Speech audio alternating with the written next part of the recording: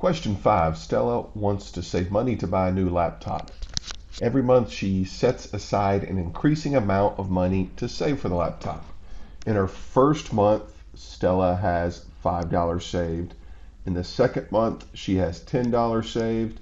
And in the third month, she has $20 set aside for the laptop. If this pattern continues, how much will Stella have after 6 months?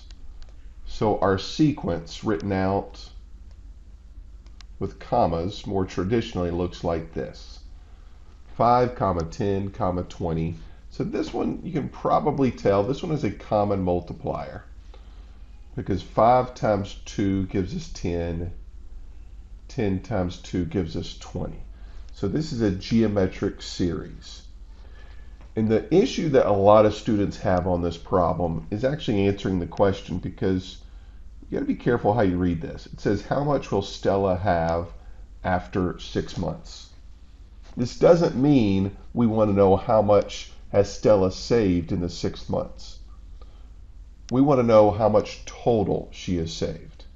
So this is a sum problem. We're taking the sum of what she has saved for the first 6 months and adding all those values together.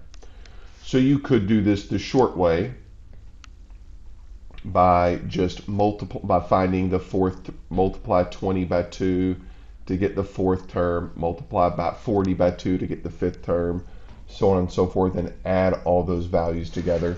But I'm going to go ahead and use the geometric series formula here. So here's the geometric series formula.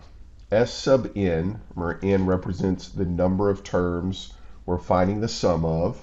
So we're trying to find the sum of the first 6 terms. So n is 6. And in this formula we have a sub 1, that's just our first term, which we know is 5 because she saved $5 in that first month. Then we look at r. R is our common ratio, which we already said is 2. We're multiplying by 2 every single time. The exponent of n is also 6. It's the same as this n over here that we started with. Minus 1, all divided by r minus 1. And again, r is 2. So there's our setup.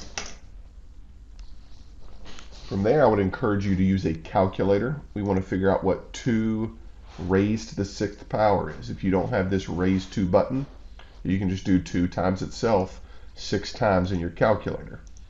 Either way, we get 64. We're going to subtract the 1, and we get 63.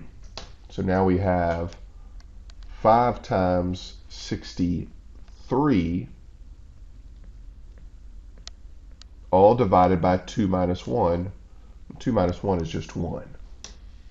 So then finally, let's use the calculator. Don't be a hero. I would do this as well. 5 times 63 is 315. You can divide it by 1, but remember, anything divided by 1 is just itself. So 315 is our answer, and we can see that is letter choice D.